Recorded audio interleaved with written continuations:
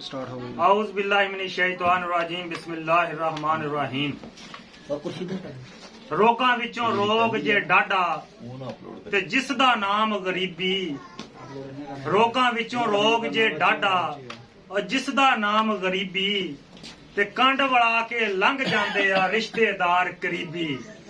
ते दौलत वाले दी हर कोई राह वेंदा ओ माड़ा वेख के बूआ ही ढो लैंदे। बाठ दौलत वाले दी हर कोई राह वेंदा ओ माड़ा वेख के बूआ ही ढो लैंदे ते डाढे उदों बदला लै लैंदे ओ माड़े घरां विच बैठ के रो लैंदे ते मिठी जिन्हां दे कोल ज़बान होवे ओ ते पत्थर जै दिल मोह लैंदे ते मक्खण जट्टा जिन्हां दे लेख चंगे ओ ते कौड़ी मੱਝ भी चो लैंदे। ते मक्खण जट पंजाबी चैनल वालों तमाम सुनने वाले वीरां भरावां बेलियां देसियां परदेसियां नूं अस्सलामु अलैकुम। अज असीं जनाब मुहम्मद फारूक चौकीदार एक जानी पहचानी शख्सियत चीचा वतनी दी ओदी बीमार पुरसी वास्ते हाजिर होए हां। मुहम्मद अरशद ढिल्लों, राजा अदील, सलीम बाठ ते मुहम्मद सुल्तान ये मेरे नाल ने। ते हदीस शरीफ च आया कि जदों तुसीं किसी दी बीमार पुरसी वास्ते जाओ अल्लाह दी जात तुहानूं ये इनाम दिंदी आ कि जिन्नी देर तक तुसीं ओदी दिलजोई बीमार पुरसी करदे रहो उन्नी देर तक 70,000 फरिश्ते तुहाडे वास्ते दुआए मगफरत करदे रहिंदे आ। ये बहुत बड़ा अजाज आ। ये भी हदीस शरीफ च आया कि तुसीं बीमार दे कोलों आप दे हक च दुआ कराओ क्योंकि अल्लाह दी जात बीमार दी दुआ बहुत कबूल करदी है। ते मैं बड़े टुੱਟੇ दिल नाल झुकियां नजरां नाल ते बड़ी उदासी च ये गल्लां कह रहा वां कि मुहम्मद फारूक ते जिहड़ी ये अजमैश आई आ ये अजमैश फारूक ते नहीं आई। मैं समझदा कि इस चक दे हर शख्स ते आई आ। ये अजमैश इहदे आंढियां गुआंढियां अजीजो कारब रिश्तेदारां तो लैके पिंड दे एक आम इंसान दी अजमैश आ। क्योंकि ਇਹਦੀ बेटी जिंदगी मौत की कशमकश च इस वेले ਇਹਦੀ बीवी ਉਹਦੀ नजर चली गई आ। खुद टीबी की स्टेज ते पिया वा फिफरा एक जिहड़ा ਉਹ खत्म हो चुकिया वा। ਇਹ ਜਿਹੜੀ ਇਹਦੀ अजमैश आ मैं कहांगा कि ਇਹ इस ਚੱਕ ਦੀ अजमैश आ और सब तो बड़ी इस पिंड ਦੇ ਸਰਬਰਾਵਾਂ ਦੀ अजमैश आ। और आ नमाज रोजा हज ज़कात जिन्नी इबादत होई आ ਇਹ कबूल ਤਾਂ ਹੀ ਹੋਣੀ ਆ अगर इदां दे लोगों की बीमार पुरसी तीमारदारी की हुई ते अगर इन्हां दे दुख नूं आपदा दुख समझिया होया ते ये भुख कटनी तां ही काम आउणी आ। ये नमाज़ां तहज्जुद वेले उठना नींद कुर्बान करनी तां ही किते खाते पैगी नहीं ते किसी भी आलम नूं जाके पुछ लो अगर इदां दे लोगों की बीमार पुरसी ना कीती इदां दे लोगों का पता ना लिया इदां दे लोगों की मदद ना कीती मेरा नहीं ख्याल कि अल्लाह की जात नूं इदां दे हज रोज़ा या इदां दी जोत बंदगी अल्लाह नूं चाहीदी है। अगर ओदी मखलूक तड़प रही आ ते असीं अखां नहीं खोलदे ते इह किवें हो सकदा कि ओह हज रोजे ज़कात जिहड़े हैगे ओहनूं अरूज बख्शे। इह किदां हो सकदा वा? इह कदी नहीं हो सकदा। गौर कर लो मैं चैलेंज दिना वां इह फरूक दे आंढ गुआंढ तो लैके सारे ਚੱਕ वालियां नूं कि अगर इस शख्स दी दे नाल तावन ना होया ते अपने अमाल दी खबर लिया जे पता नहीं हैगा कि उन्होंने कबूलियत का शरफ मिले या ना मिले। ते चलो असीं इहनूं हसण आए हैं, इहनूं हसाउण आए हैं, असीं इहदी बीमार पुरसी वास्ते आए हैं। असीं चाहुंदे हां कि इहदा दिल खुश होवे, दुख दर्द मुसीबतां तो इहदा ज़हन होर पासे लगे। असीं चाहुंदे हां कि थोड़ा जिहा साडे नाल रल के हसे, साडे नाल गल्लां करे ताकि इहदी अदासी घटे, इहदे चेहरे 'च मुस्कुराहट आवे, इहदा जिहड़ा लथया होया चेहरा बीमारी नाल थकाया होया जिस्म आ उह 'च कुछ फुर्ती आवे। कुछ लम्हे यह साडे नाल कम से कम ऐसे गुजारे कि इहनूं अपना वो पहला जमाना याद आवे जदों ये महफिल लाउंदा हुंदा। इह बंदा रौनकी आ, मैं भी दस दियां महफिल वाला बंदा वा, रौनक वाला बंदा वा, 4-4 घंटे महफिल च बह के गल्लां सुणाउण वाला बंदा वा और दुखी लोगों के दुख भुलाउण वाला बंदा वा। गमगीन लोग इहदे कोल आउंदे सी, इहदियां गल्लां सुण के दिल उन्हां दा शाद हो जांदा सी। ये गल करन दा तरीका इहनूं आउंदा, ये कोई मज़ाक दीयां गल्लां ऐसियां वा, मज़ाहिया आदमी आ, मनवर ज़रीफ आ इह। ਇਹਦੀਆਂ ਗੱਲਾਂ ਤੁਸੀਂ ਹੁਣ ਸੁਣਾਉਂਗਾ देखो इन्ने दुख के वेले भी गल्लां सुनाऊंगा इंशाअल्लाह। ये अंदरों जिंदा दिल बंदा वा, 2-4 गल्लां पहले ना करांगे उस तो बाद देखो गल्लां सुनांगे। हाँ मोहम्मद फरूक अस्सलाम वालेकुम। ਮਾਮਾ ਫਰੂਕ ਤੇਰੀ ਭਾਈ ਬਿਮਾਰ ਪੁਰਸੀ ਵਾਸਤੇ ਆਏ ਆ, ਤੇਰੇ ਜਿੰਨੀ ਜੋਗੇ ਹੈਗੇ ਆ ਤੇਰੇ ਵਾਸਤੇ ਦਵਾਈ ਦੁਮਕਾ ਵੀ ਲੈ ਕੇ ਆਏ ਆ। ਸਹੀ ਹੈ। ਤੇ ਬਹੁਤਾ ਤੇਰੀ ਬਿਮਾਰ ਪੁਰਸੀ ਵਾਸਤੇ ਆਏ ਆ, ਤੇਰੇ ਨਾਲ ਕੁਝ ਗੱਲਾਂ ਕਰਨ ਆਏ ਆ, ਬਲਕਿ ਤੈਨੂੰ ਹਸਾਉਣ ਆਏ ਆ, ਤੇਰੇ ਨਾਲ ਰਲ ਕੇ ਹੱਸਣ ਆਏ ਆ।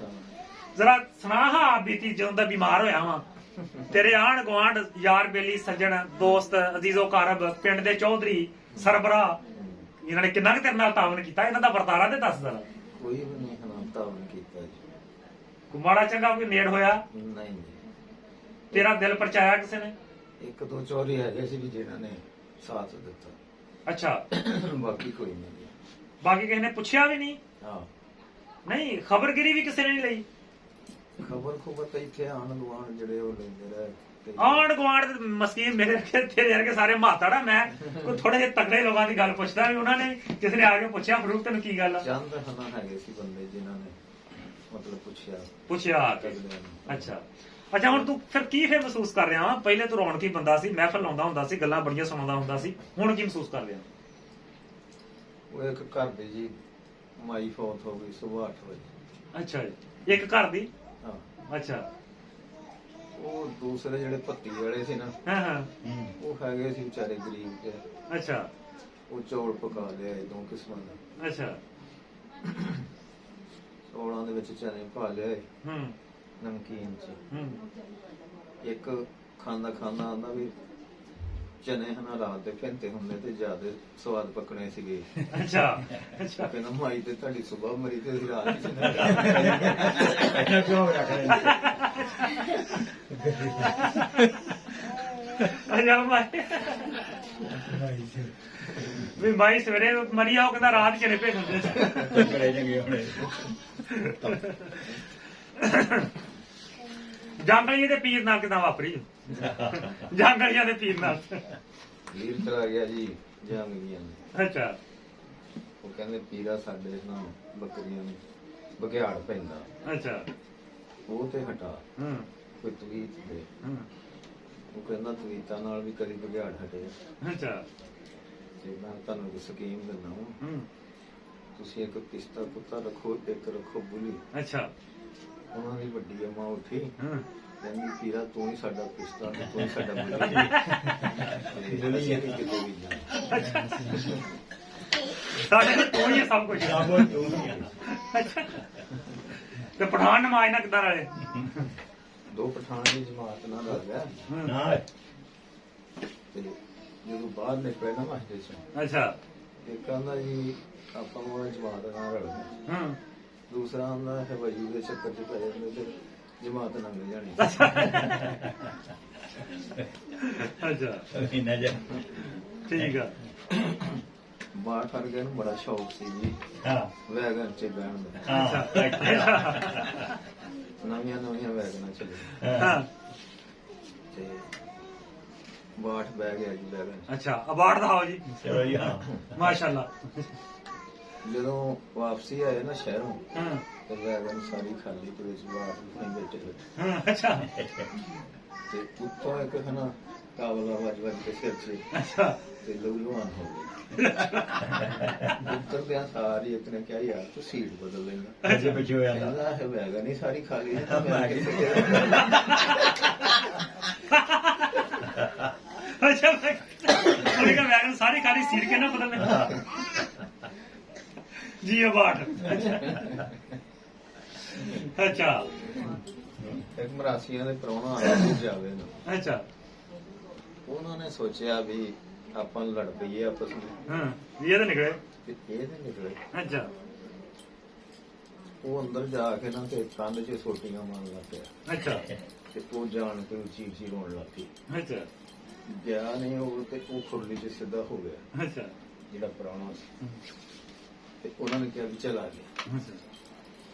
ਕਹਿੰਦਾ ਇਹ ਕੰਨ 'ਚ ਸੁੱਕੇ ਸੰਗ ਲੜਾਈ ਹੋਈ ਮੰਮੀ ਨਹੀਂ। ਅੱਛਾ ਉਹ ਕਹਿੰਦਾ ਕੰਨ 'ਚ ਛੰਟਾਂ ਮਾਰੀਆਂ ਕੁੱਟੀ ਮੰਮੀ ਨੇ। ਉਹ ਅੱਗੋਂ ਉੱਠ ਕੇ ਕਹਿੰਦਾ ਇਹ ਖੁਰਲੀ 'ਚ ਪਿਆ ਗਿਆ ਮੰਮੀ। ਮੰਮੀ ਇੱਥੇ ਹੀ ਆ। ਉਹਨੇ ਕਿਹਾ ਮੰਮੀ ਤੁਹਾਡੇ ਸਿਰ ਤੇ ਹੀ ਆ। ਅੱਛਾ। ਤੇ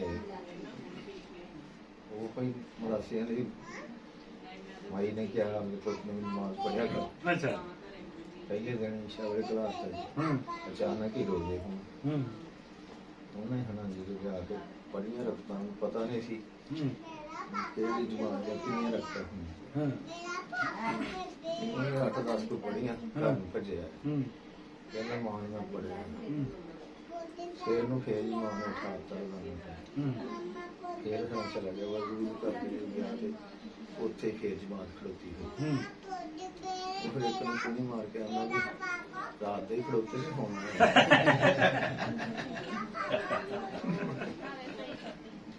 ਵਾਹ ਪ੍ਰਭੂ ਵੀ ਵਾਹ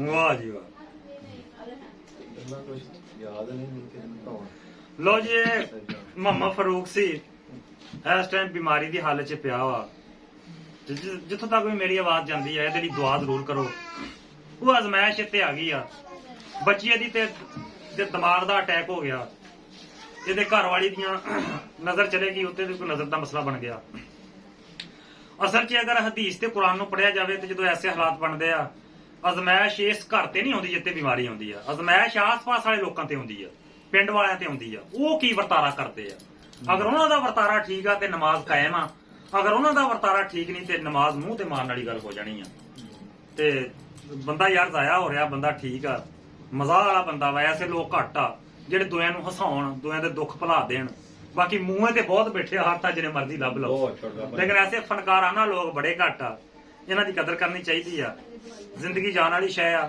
ਜਿੰਨੀ ਜੋਗੇ ਹੈਗੇ ਇਹਨਾਂ ਤਾਮਨ ਕਰੀਏ ਤਾਂ ਕਿ ਯਾਰ ਇਹ ਇਸ ਦਾਇਰੇ ਚੋਂ ਨਿਕਲ ਆਵੇ ਤੋ ਜਿਹੜੇ ਕੰਮ ਆਉਂਦੇ ਦੁਖੀ ਬੰਦਿਆਂ ਦੇ ਉਹ ਜਲਵੇ ਲੈਣ ਕੋ ਤੂਰਾਂ ਦੇ ਜਿਹੜੇ ਕੰਮ ਆਉਂਦੇ ਦੁਖੀ ਬੰਦਿਆਂ ਦੇ ਉਹ ਜਲਵੇ ਲੈਣ ਕਤੂਰਾਂ ਦੇ ਇਹ ਮਹਿੰਗਾਈ ਦੇ ਦੌਰ 'ਚ ਗੌਰ ਕਰ ਲਓ ਬੜੇ ਬੁਰੇ ਹਾਲ ਮਜ਼ਦੂਰਾਂ ਦੇ ਤੇ ਅੱਜ ਦੇ ਦੌਰ 'ਚ ਘਰ ਚਲਾਉਣਾ ਔਖਾ ਦਵਾਈਆਂ ਲੈਣੀਆਂ ਬਹੁਤ ਮੁਸ਼ਕਲ ਆ ਤੇ ਫਿਲਹਾਲ ਫਿਰ ਵੀ ਅਸੀਂ ਜਿੰਨੀ ਜੋਗੇ ਫਾਰੂਕ ਨਾਲ ਹਾਜ਼ਰ ਆ ਤੇ ਇਜਾਜ਼ਤ ਚਾਹਾਂਗੇ ਇਸ ਦੁਆ ਨਾਲ ਕਿ ਅੱਲਾਹ ਇਜ਼ਾ ਫਾਰੂਕ ਤੇ ਇਹਦੇ ਘਰ ਵਾਲਿਆਂ ਤੇ ਆਸਾਨੀ ਪੈਦਾ ਫਰਮਾਵੇ ਆਮੀਨ ਅਸਲਾਮ ਅਲੈਕੁਮ